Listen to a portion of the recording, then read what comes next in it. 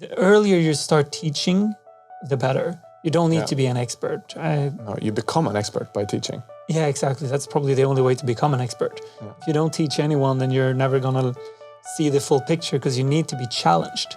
Yeah. It's like, do I really That's so understand? important. You need to have your ideas challenged. Yeah.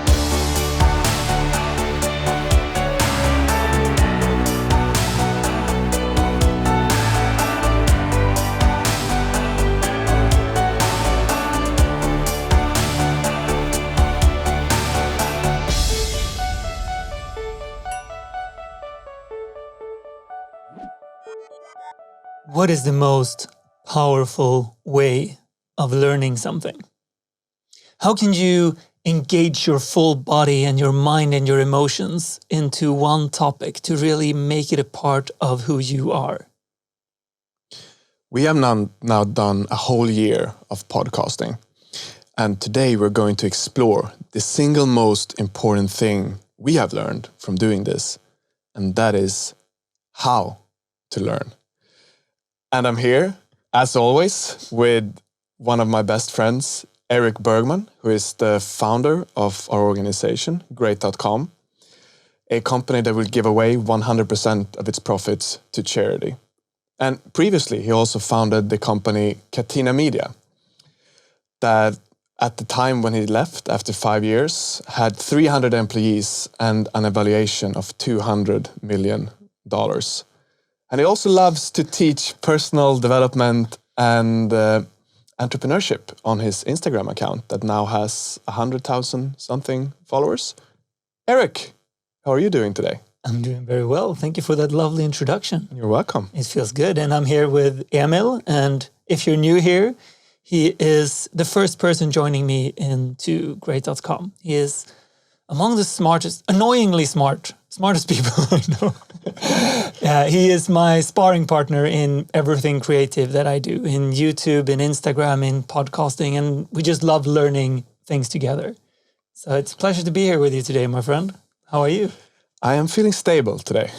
Stable. That's you know, not every day can be extraordinary. Some days are stable and they are trudelutt. And what is this podcast? Yeah, so if you're new here, this is the becominggreat.com podcast. And why we're doing this is because we want to help you that want to make the world, or just your own life for that matter, better through business, entrepreneurship, and personal development. And today we're talking about learning. And when we planned this episode, you told me a story about how learning changed for you in the last couple of years that I think will be very valuable for our listener. Yes. The last 3 years I left Catena Media about 4 years ago. And since then I've been going very deep into kind of a bubble of learning. I've been reading a lot, listening a lot, talking to a lot of smart people. Been very focused on leadership, social skills, personal development in general, health, business, all of these different things that I've felt that I've learned a lot about over the last 3 years. And then about 6-9 months ago, I started doing a lot of content on Instagram mainly, where I took these different concepts that I've learned over the last years and I wrote captions about them or did short videos about how those have impacted my life, how I apply them, different stories that related to them. And what I realized during this process was that some of these concepts I really made my own. I felt like I stepped into them. They became a part of what I am. And I really wanted to live up to those things. And when I spoke about some other things, I felt kind of like a fraud. It's like I'm saying that this is a good idea, but I'm not doing it myself. I feel this could be good advice, but apparently not good enough for me to apply it. So it was interesting to see that, okay, some things here I'm really doing, I really believe in, and I'm learning them more and more. And some things I actually don't believe when I say them out loud. So it helped me to kind of see what of this knowledge that I've taken in over the past couple of years do I want to learn more and be more put as a part of me, and which am I actually supposed to kind of unlearn? Because I believe a tricky thing when reading a book or listening to a podcast is that a lot of things sounds very easy. it feels like I understand them when I'm listening to them. But then if I'm trying to teach, it's like, I have not understood this at all. Yeah, because there are gaps in your understanding and you don't understand that when it's just all in your head. No, but if you teach it on Instagram, you see, okay, here is a gap in what I understand. So what you're saying is that you are in this learning bubble, and after 3 years, the bubble was kind of full. Like you couldn't, there was a lot of things in there.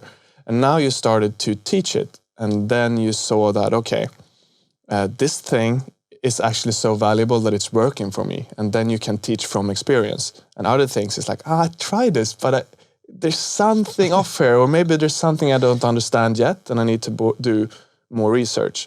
So now you have kind of less knowledge in a way, less things that are yours, but you know those things better. Yeah, I think you could say that. It's like I've been, for 3 years then or something, I've read so many things, I watched so many things, and I put all of this knowledge into a big bag of knowledge, in a sense. And it wasn't sorted, it was just all thrown in there. I kind of knew that it was there, but I didn't really know how to find something easily or how much I really liked that idea or that idea. And now I've been, over the last 6 to 9 months, I've been putting my hand down this bag, I've taken something up, I've been playing around with that toy or concept for a while and see, is this something I really want to keep? Do I want to have a relationship with this thing? Do I want to learn more about it, or do I want to throw it away? And that's been the process that I've been on. So now I know a lot more about these concepts that I wanted to really have. And I've also felt like, okay, these other things, they might be smart for someone else, but they don't really apply to me. So this has been the process of kind of looking at these different concepts and ideas, seeing, do I really believe in them? Do I embody them? Are they fun enough to do? Or am I throwing them away? So what can someone learn from this, would you say? So I think an interesting way of looking at this is to look at the classroom and ask oneself, who in the classroom is learning the most? And I believe the person who learns the most is the teacher, not the students who are there to learn, but the teacher, because the teacher needs to take a topic, they need to share it in a way that is inspiring for people to learn. They need to be able to answer any question coming from any different angle. So they need to be able to think about it in lots of ways. They need to talk about it, write about it, maybe find images about it. They need to make it a part of who they are. So I believe that whatever it is that you want to be really good at, if you want to be an expert at something or just get better at it, I believe the best way to get there is to teach, because then you have to embody it to be able to do that, to become a teacher. Now, when you're using that metaphor, I think that who learns the most might actually be the students, because they're going to all these different kinds of classes and they're learning a ground level knowledge in a lot of things that at least I forgot 5 years after I was in school. But the teacher might be learning fewer things, but have much deeper knowledge and a more deep understanding of that specific topic that then they are now specializing in teaching. Yeah, definitely. So if there is one thing you want, if you want to be good at a lot of things, it's really hard to teach a lot of things. Yeah. You can never take Wikipedia and say, I'm going to teach Wikipedia and try to teach everything in there. But you could say, I want to be the best at, I don't know, species of dogs. And then you just read all of that on Wikipedia and you can become an expert in that alone. And you could teach dog species for whatever reason you want to do that. I know everyone just wants a golden retriever anyway.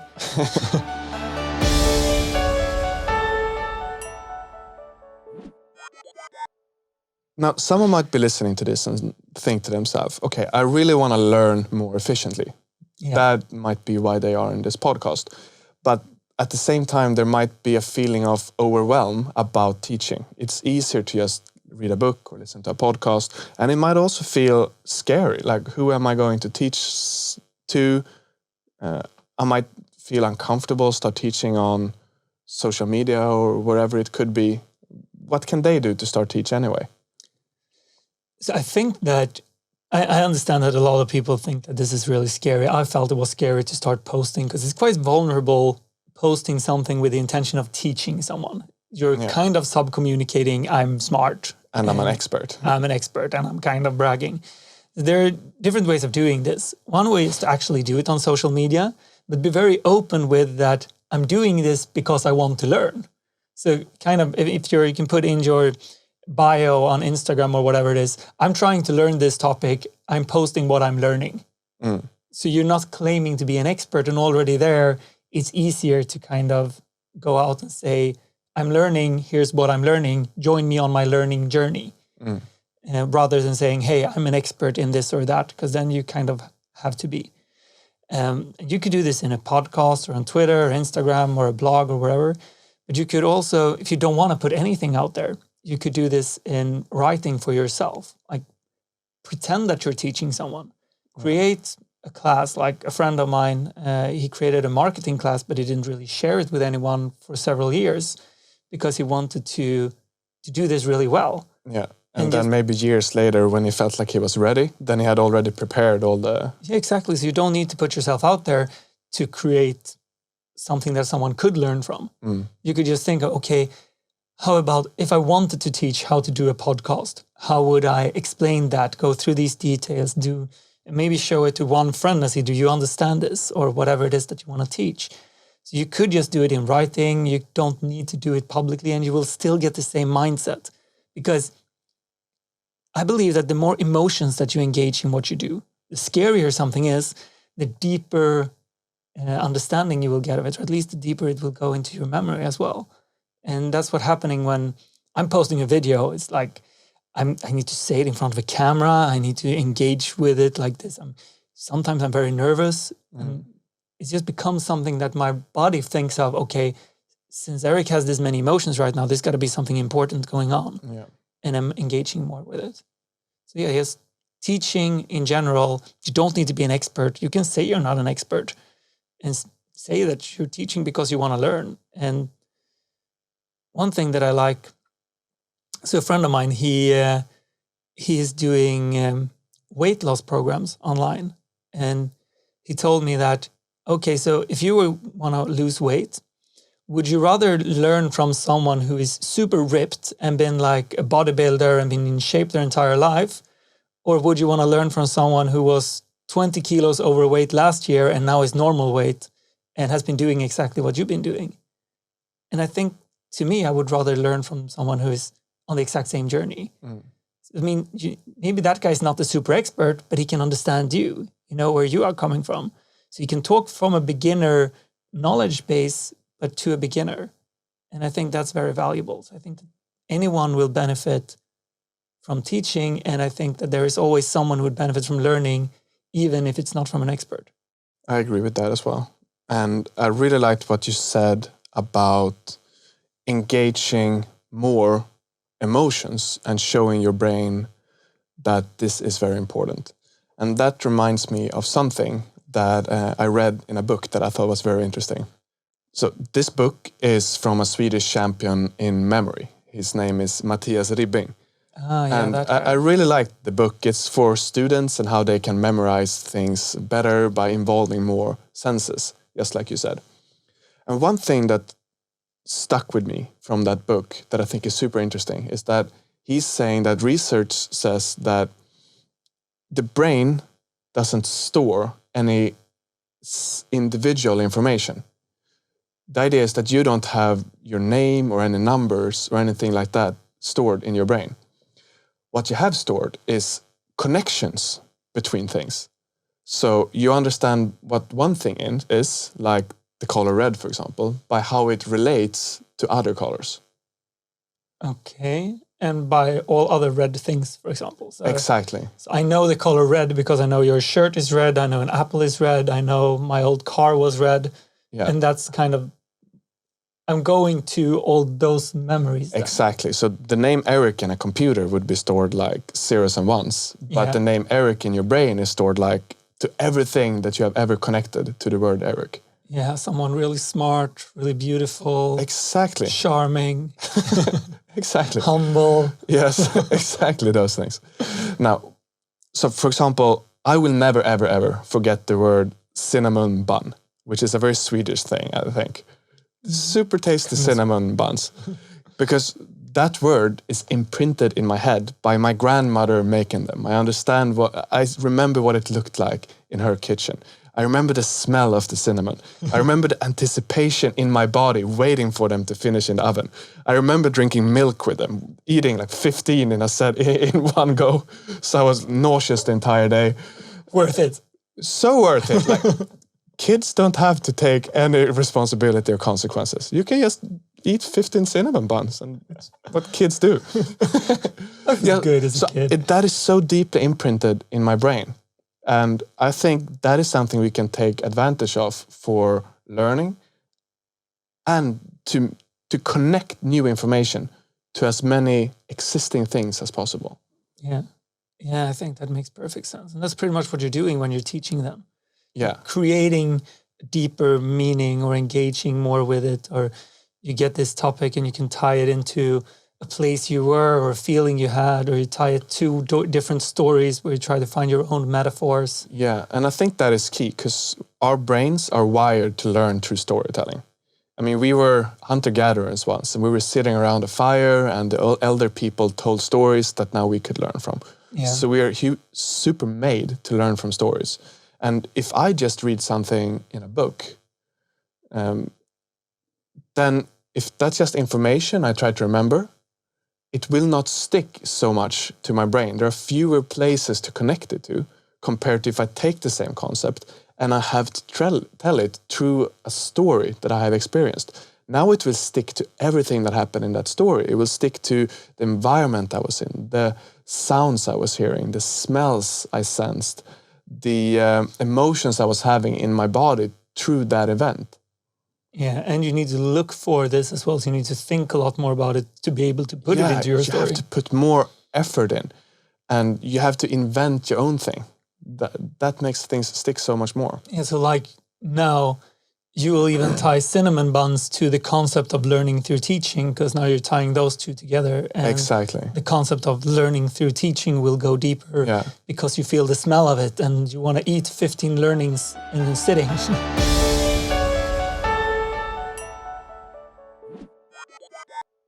I remember another cool thing that just came to my mind from that book, actually. So there was this old guy that was is it a masochist when you torture yourself? Yeah, I think so. So he spent like 20 years of his life just memorizing non-words, like KRVT.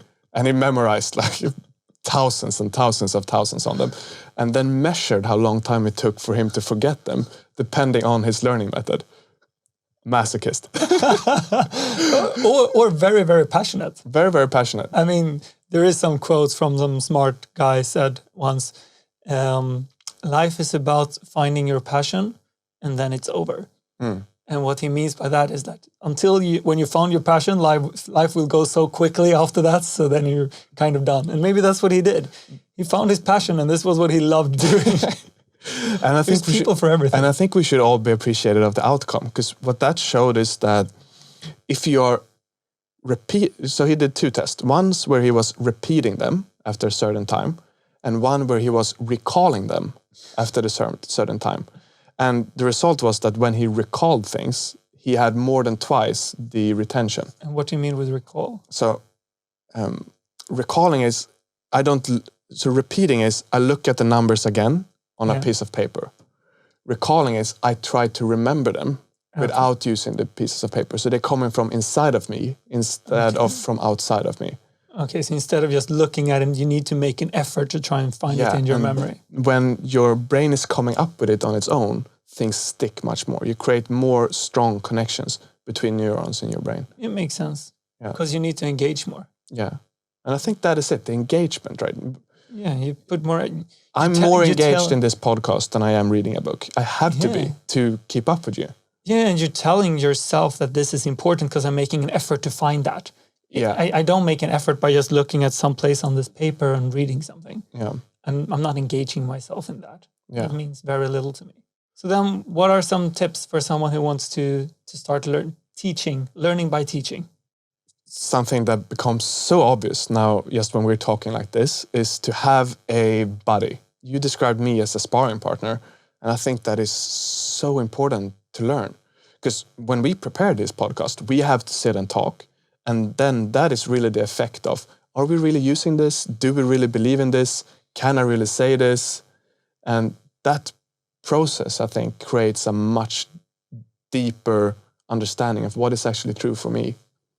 And that's actually just teaching, even if you're not teaching someone together, by just having a friend and you're someone who is interested in learning things, and you're studying personal development or whatever, just having someone to paraphrase and retell that thing that you just learned. It's like if I learned a concept today, I learned how to tie my shoes, whatever. And you're interested in learning new things, like, hey, Emil, I learned this loop, swoop, and pull thing. I can now tie my shoes. Then I'm actually teaching you, even though we're not really teaching anything together. It's just having the importance of having friends. And that's a very small way of teaching, but you're actually teaching. Yeah, and you're teaching to your friend when you're preparing to teach as well. Yeah, that's true.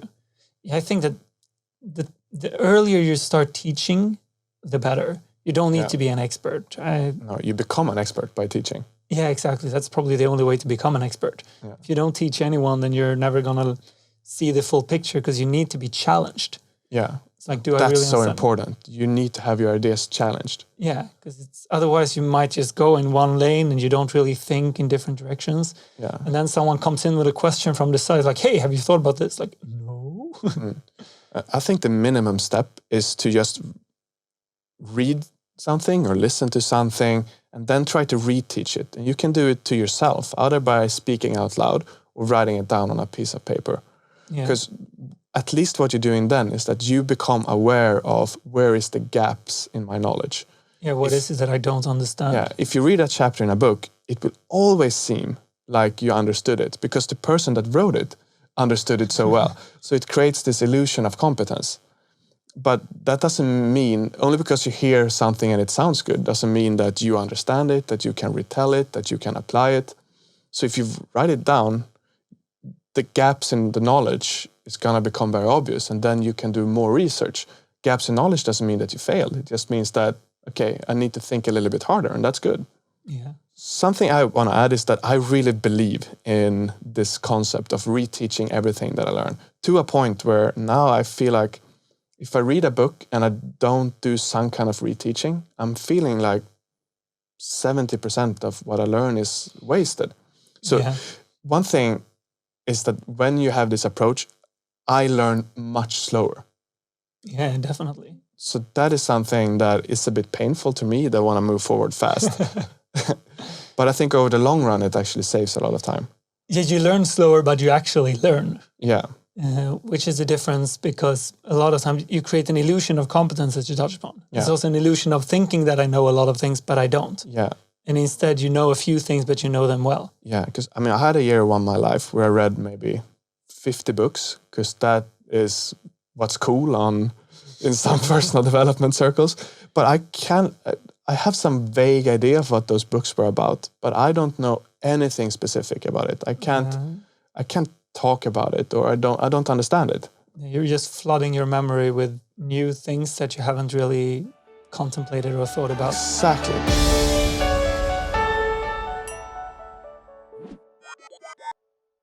So what can someone do who wants to support this podcast?